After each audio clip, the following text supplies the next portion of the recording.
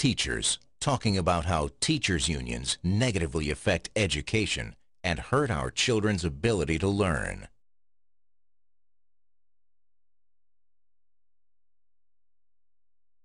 A bad teacher is an individual that goes to school every day, they sign in, they go to their classroom, the day goes by, the bell rings, they go back to the office, they sign out, and they leave.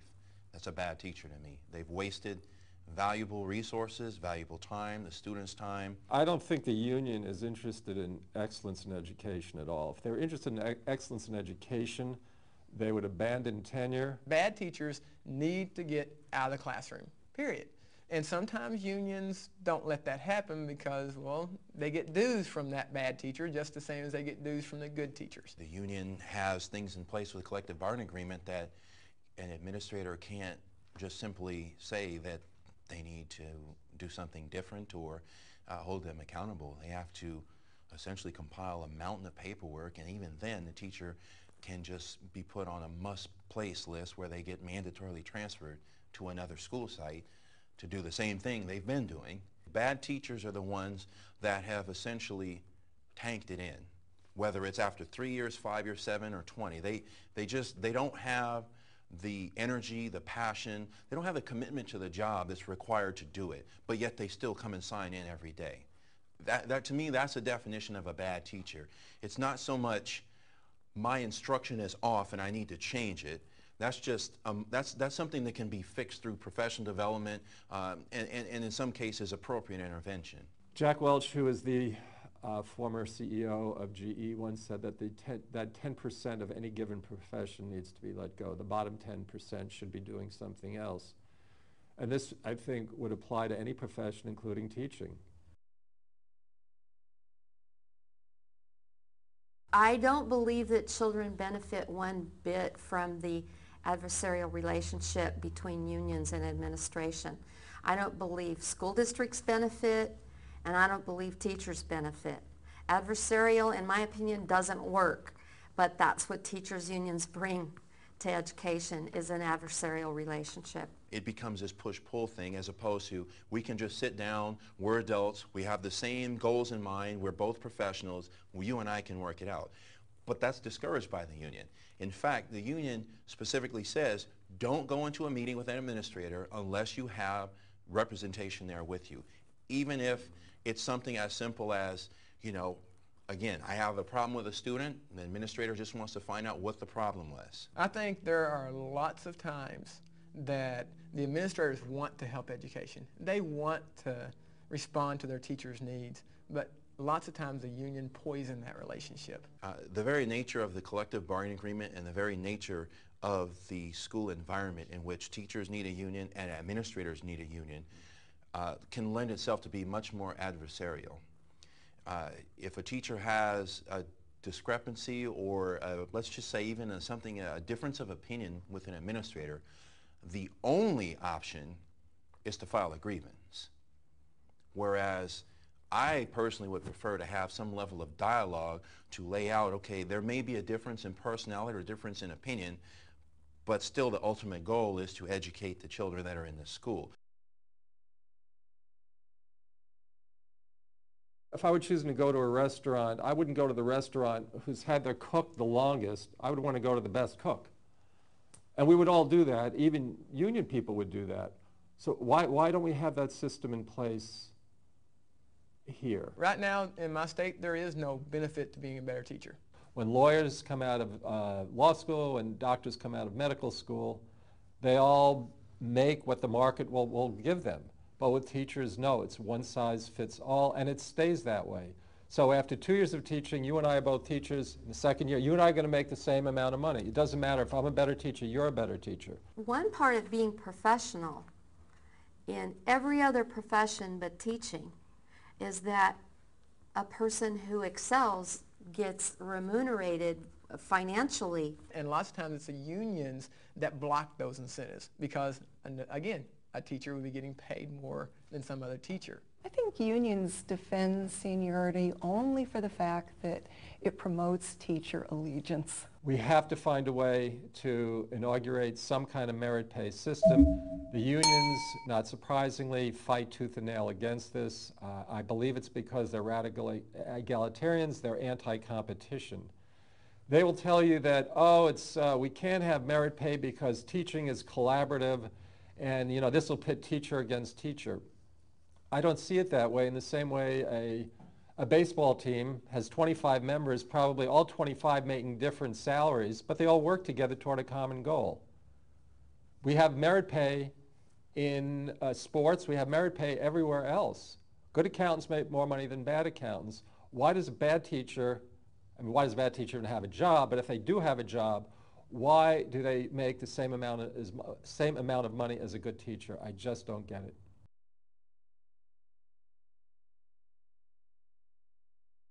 There are many issues that the union gets involved in which have no direct relationship to the quality of teaching. There's no point for any teachers association, professional teachers association, to get involved in causes that aren't educationally related or that should be best left to parents. The unions are essentially about politics.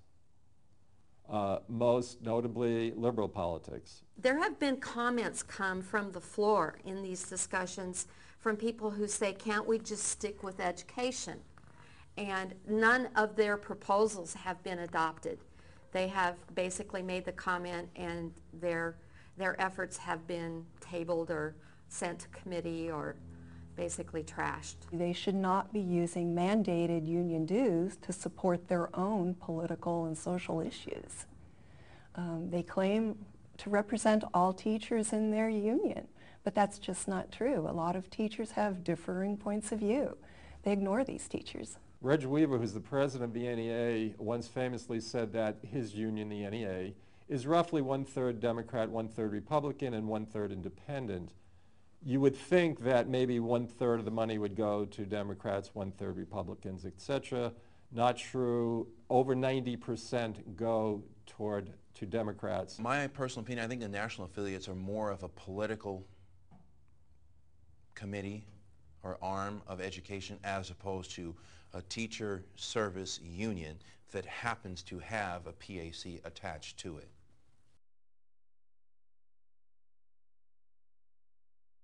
For the most part, the union doesn't even ask the teachers' views. I think it's really terrible that the union officials that actually run our unions are making these tremendous six-figure salaries, while the average teacher only commands a salary of maybe around $50,000 a year. Reg Weaver, the NEA president, he gets paid upwards to a little bit over $400,000 a year.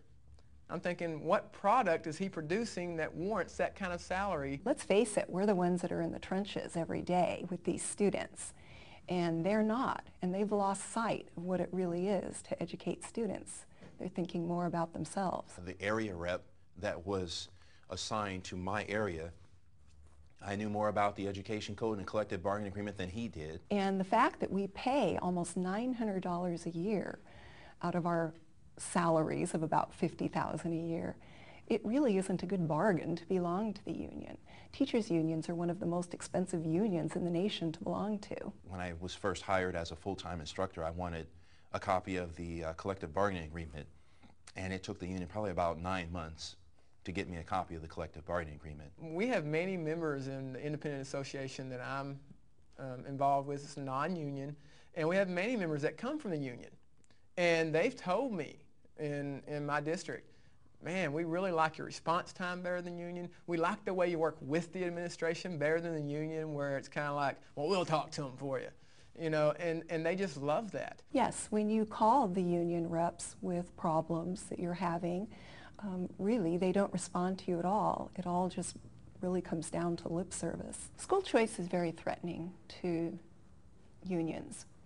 And I think it's because it takes away from them. I mean, let's face it, they have a monopoly on education in America, and they want to keep that monopoly. We're talking about charter schools. Recently, Locke High School, which is in Watts, and which is just a terrible school. It's riddled with gangs and graffiti and drugs, and everything imaginable, was not getting anywhere as a public school, and they decided to go charter. And the union fought this tooth and nail. And fortunately, the union lost, and Locke will be a charter school this fall. And hopefully, will do better than what's been going on there. Frankly, they couldn't do any worse. In my state, there was an initiative that came on the ballot that would require unions to ask teachers before spending their dues on politics rather than assuming with teachers that anything they wanted to do was going to be okay with them, which excited me because I thought, wow, I can enjoy the local union services, which I do enjoy, and still have integrity about what happens with my monies that would normally go up toward the state and national levels. CTA has silenced the voices of the majority of its teachers for long enough. So I volunteered to get involved, and I volunteered to give a speech in front of the union office. And I was met by 30, 35 people that claimed to be teachers who were holding signs, "Don't silence teachers' voices."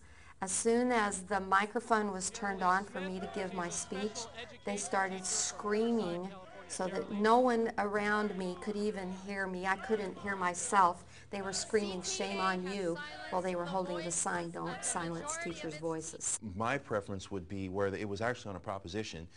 The amount of money that's required for the union to run its daily, day-to-day operations is automatically done. Then the union can say, okay, we have this much more in your dues that if you're willing for us to take, we'll go into the political arm or the government relations arm of the union. That's what I think would be a more appropriate use of my dues and my funds, and allow me the option to say, okay, I know that the union is there to do X, Y, and Z for me as an employee, and I want them to be able to do that because they have to pay, you know, the staff there, but I don't necessarily want them to use my dues for, you know, this particular candidate's campaign or something of that nature.